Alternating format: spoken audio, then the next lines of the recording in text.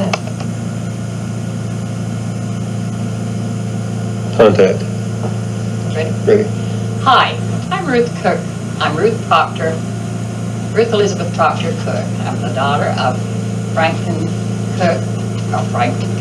God, here I am making a boo-boo all again. And this is all being recorded. Well, we can eliminate anything they want to eliminate. Hamill. Well, this would be natural, to be honest with you. Now, shall I begin again? I am Ruth Elizabeth Proctor Cook, and I'm the daughter of Franklin David Proctor and Sarah Elizabeth Williams Proctor. This is being recorded in my home in Manan, Idaho, on 21st of March, 1992, by Frank James, and he brought his lovely wife, Faye, with him from Pleasant Grove, Utah, and they are doing this for me. So I'm going to tell you a little bit about me. Frank is my nephew, by the way. I am his mother. I'm going to call her Annie Carroll because that's the name I knew her by. You guys probably all know her as Aunt Carol Chains, but she's my sister. And I had two of the most beautiful sisters that I can remember. I had three sisters, really and truly, but Bessie wasn't with us very long, or I didn't know her too long, but I had Atha Staker and Bessie Beth, and they were my sisters. Okay, here we go. I was born on the 16th of November, 1918 in Leland, Utah, and it was during the flu season. And when they held my mother's services, they all had to have a casket out on the porch, and people stood on planks because they would not let them hold it in a building. And it was a very cold day. She died the 3rd of December, 1918, so I wasn't very old at the time. But I have been told that my mother was a very beautiful lady.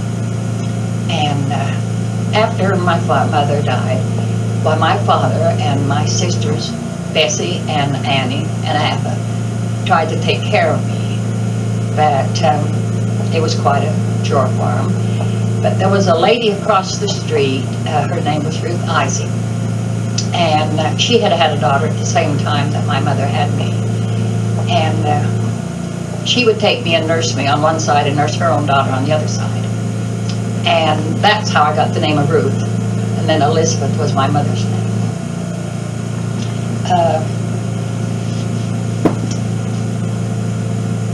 But my mother got to see the baby, got to see me before she passed away, because I was blessed on the 1st of December, 1918. And Atha was only 8 years old when Mother died.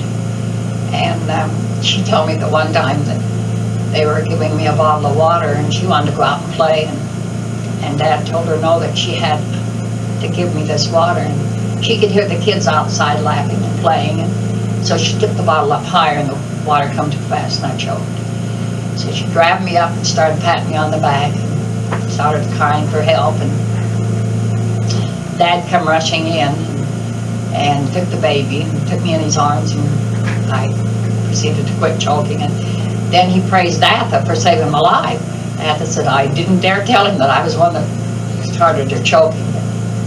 Anyway, after they had tried to keep me for about 3 months, then my father's brother came from Utah, or from, they lived in Utah, and his name was George Proctor, and his wife was Annie Ludlow Proctor. And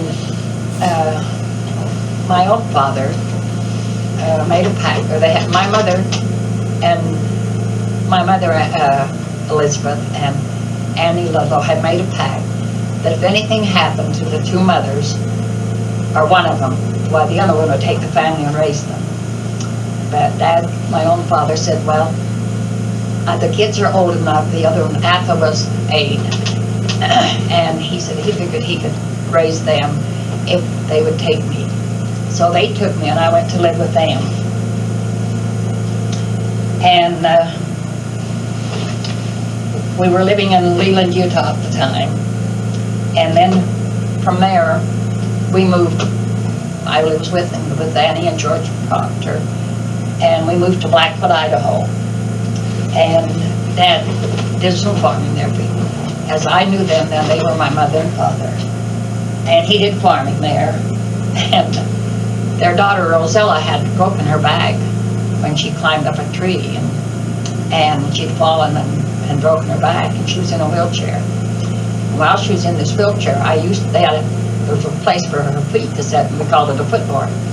And I would sit there and ride on the wheelchair.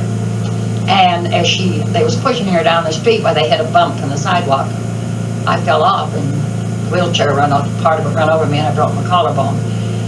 And my mom told me that she had an awful time trying to keep my arm in the sling. She said she always had it out scratching her tummy. She told me her tummy itched all the time, she was scratching the tummy. And Elwood had given Rosella an all-day sucker. And I kept coaxing her for a lick, and she said, no, I'll hold it. And I told her, no, I wanted to hold it. And she said, no, you'll run away with it. And I said, I won't, let me hold it. Well, she gave me the all-day sucker, and I went running down the street with it. And Woody Proctor, his name was Elwood, but his nickname was Woody, come and took my picture, and I still have that picture.